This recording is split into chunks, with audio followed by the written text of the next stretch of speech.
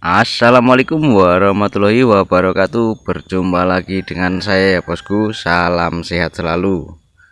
Oke, di kesempatan kali ini saya akan berbagi sedikit pengalaman saya, bagaimana caranya budidaya lebah madu ya bosku ya, khususnya lebah apis cerana ini. Oke, pertama kita harus melihat vegetasi di alam ya bosku ya. Kalau budidaya lebah madu apis cerana ini harus banyak vegetasi.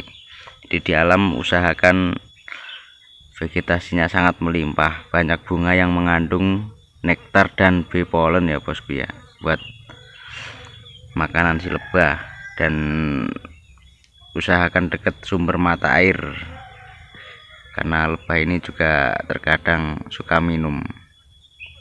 Kedua, kita siapkan kotak ya bosku ya, kotak atau glodok biasa dengan kayu utuh itu dibelah, kayu kelapa atau kayu randu juga bisa, kayu apa aja. Nah ini bosku, contohnya seperti ini bosku. Ini yang model glodokan atau glodok ya bosku ya. Ini terbuat dari kayu randu ini bosku. Ini yang dibelah terus ini pakai tatah ya bosku ya, atau petel. Ini dalamnya seperti ini bosku. Kalau yang model glodok dalamnya seperti ini ya, ini udah dihuni lumayan banyak ya bosku ya. Ini kalau yang kotak ini bosku, ini yang model kotak bosku. Ini kotaknya bosku. Nah yang paling penting ini bosku, paling penting kotak atau glodok ini harus steril. Steril maksudnya steril, tidak berbau oli gergaji bosku, tidak berbau zat kimia ya bosku ya. Karena kalau bau oli gergaji atau zat kimia lainnya seperti bekas cat atau apa yang masih baru, lebah ini tidak suka ya bosku ya. Nah untuk mencari bibitnya kita tinggal melihat di alam bosku. Kalau di alam banyak lebah apis cerana di situ, atau terkadang hingga di bunga mencari makan, itu kita tinggal pasang ini bosku, kotak kosong ini dekatnya. Ini suatu saat akan dihuni dengan sendirinya bosku, secara otomatis akan dihuni ya bosku ya. Kalau enggak kita bisa mencari bibit di alam, mencari bibit di alam, kita pindah ke kotak budidaya ini juga bisa bosku. Karena lebah apis cerana ini penyebarannya sangat luas ya bosku ya. Jadi kita masih sangat mudah kalau dalam mendapatkan bibit ya bosku ya. Kita masih sangat mudah mencarinya buat kita budidaya. Kalau untuk perawatan sendiri, lebah ini tidak ada perawatan khusus ya bosku ya. Lebah ini tidak ada perawatan khusus, karena di alam lebah ini bisa merawat koloninya dengan sendiri bosku. Karena lebah ini, lebah apis cerana ini adalah jenis lebah liar bosku, yang suka hidup liar.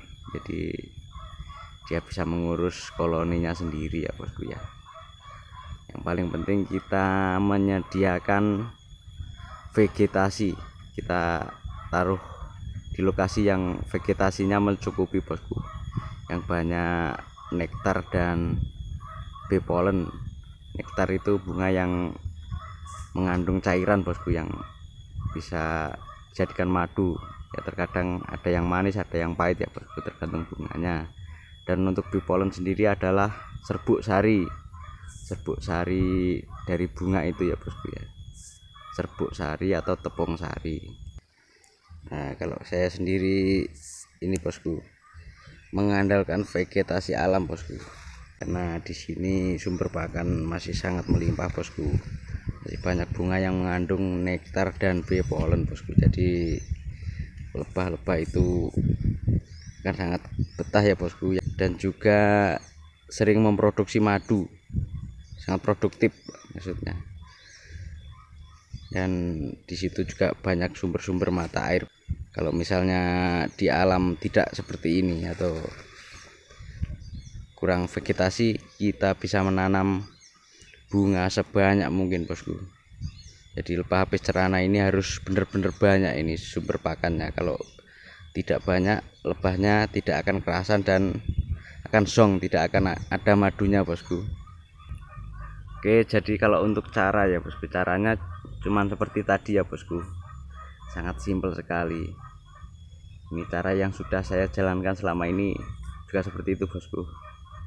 Ini bukan bermaksud saya menggurui, karena juga saya masih pemula bosku.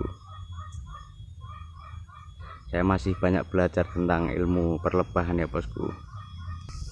Ini kemarin sahabat kita ada yang bertanya di kolom komentar, apa itu bagaimana cara berbudidaya lebah madu. Ini sudah saya bikinkan videonya ya bosku ya. Oke, mohon maaf sebesar-besarnya jika ada kekurangannya. Cukup sekian, wassalamualaikum warahmatullahi wabarakatuh.